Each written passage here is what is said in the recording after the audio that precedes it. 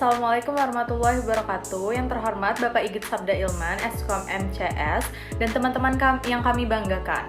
Pada kesempatan ini, kami dari kelompok 5, kelas Analisis Desain dan Sistem Informasi, kelas B, ingin mempresentasikan mengenai model SDLC dengan metode waterfall. Selamat menyaksikan. Baik, langsung saja. Siklus hidup pengembangan perangkat lunak atau SDLC adalah suatu proses hemat biaya dan hemat waktu yang digunakan oleh tim pengembangan untuk mendesain serta membangun perangkat lunak berkualitas tinggi. Adapun tujuan SDLC adalah untuk meminimalkan risiko proyek melalui perencanaan ke depan agar perangkat lunak memenuhi harapan pelanggan. Adapun metodologi ini menguraikan serangkaian langkah yang membagi proses pengembangan perangkat lunak menjadi tugas yang dapat ditetapkan, diselesaikan, dan diukur. Kemudian tahapan SDLC yaitu ada 4, yang pertama perencanaan, kedua analisa, ketiga rancangan, dan yang terakhir adalah implementasi. Manfaat menggunakan SDLC yaitu membuat perangkat lunak yang lebih baik dan lebih sesuai dengan kebutuhan pelanggan, mengurangi resiko kegagalan proyek, menghemat waktu dan uang, serta meningkatkan komunikasi dan kolaborasi antar tim. Selanjutnya akan dijelaskan oleh rekan saya. Definisi waterfall. Model waterfall adalah konsep model pengembangan perangkat lunak yang menyerupai air terjun sehingga setiap fase harus diselesaikan sebelum beralih ke fase berikutnya. Dan pengembangan harus melewati tiap tahapan secara berurutan sampai ke tahap akhir layaknya air terjun yang mengalir. Selanjutnya, saya akan menjelaskan pada tahapan metode waterfall. Di sini ada rekrutmen, design, implementation, verification, dan maintenance. Yang pertama itu ada rekrutmen. Pada tahap ini, pengembang sistem diperlukan komunikasi yang bertujuan untuk memahami perangkat lunak yang diharapkan oleh pengguna dan batasan perangkat lunak tersebut. Informasi dapat diperoleh melalui wawancara, diskusi, atau survei langsung.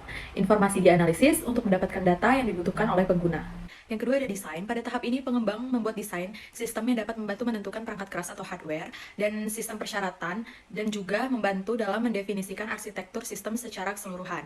Yang ketiga ada implementation. Pada tahap ini sistem pertama kali dikembangkan di program kecil yang disebut unit yang terintegrasi dalam tahap selanjutnya. Setiap unit dikembangkan dan diuji untuk fungsionalitas yang disebut sebagai unit testing. Yang keempat ada verification. Pada tahap ini sistem dilakukan verifikasi dan pengujian apakah sistem sepenuhnya atau sebagian memenuhi persyaratan sistem. Pengujian dapat dikategorikan dalam unit testing, sistem pengujian, dan penerimaan penguji. Yang terakhir ada maintenance. Ini tuh tahap terakhir dari metode waterfall, perangkat lunak yang sudah dijalankan serta dilakukan pemeliharaan. Pemeliharaan termasuk dalam memperbaiki kesalahan yang tidak ditemukan pada langkah-langkah sebelumnya. Selanjutnya adalah keunggulan dari metode waterfall. Yang pertama adalah kualitas sistem yang dihasilkan akan baik karena pelaksanaannya dilakukan secara bertahap. Yang berarti bahwa setiap tahap dalam pengembangan sistem dikerjakan dengan cermat dan fokus sebelum melanjutkan ke tahap berikutnya. Dengan melakukan pendekatan ini, maka kesalahan dapat diidentifikasi dan diperbaiki sebelum memengaruhi tahap-tahap selanjutnya sehingga meningkatkan kualitas keseluruhan sistem. Kemudian yang kedua adalah proses pengembangan model yang dilakukan secara fase demi fase untuk mengurangi risiko kesalahan yang mungkin terjadi. Dengan memecah pengembangan menjadi langkah-langkah yang terpisah, maka tim pengembang akan memiliki kesempatan mengevaluasi dan memperbaiki setiap fase secara terpisah sebelum melanjutkan ke tahap berikutnya. Kemudian yang ketiga adalah dokumen pengembangan sistem sangat terorganisir karena setiap fase harus diselesaikan sepenuhnya sebelum melakukan ke fase berikutnya, yang menunjukkan bahwa setiap langkah dalam proses pengembangan didokumentasikan secara termasuk persyaratan, desain, implementasi, dan ujian.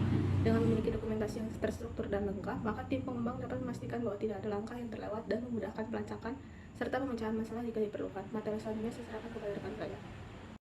Oke, yang selanjutnya yaitu kekurangan dari model waterfall. Yang pertama yaitu tidak fleksibel. Model waterfall menggunakan pendekatan yang linear, di mana setiap tahapan-tahapannya sudah tersusun secara sistematis, dan pendekatan ini juga menuntut kesetiaan pada konsep awal. Hal ini mengakibatkan model ini tidak fleksibel karena perubahan yang mungkin saja diperlukan di tengah-tengah proses tahapannya.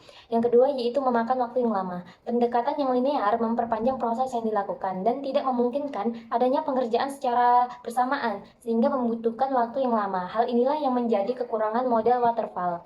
Yang ketiga yaitu sulit melihat gambaran sistem yang jelas. Dengan model ini, klien tidak bisa melihat gambaran sistem secara jelas. Klien bisa melihat setelah seluruh tahapan selesai, tidak saat masih diproses.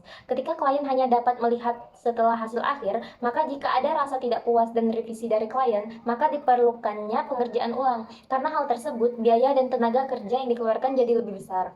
Lalu yang terakhir yaitu membutuhkan tim yang solid.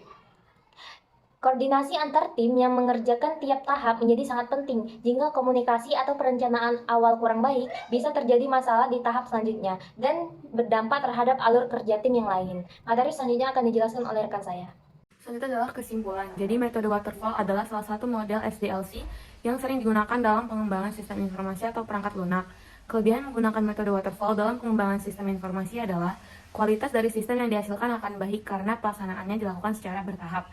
Kekurangan menggunakan metode waterfall adalah proses pengembangan sistem membutuhkan waktu yang lama, sehingga biaya yang diperlukan juga mahal. Metode waterfall cocok digunakan untuk proyek pembuatan sistem baru dan juga pengembangan sistem atau perangkat lunak yang berskala besar.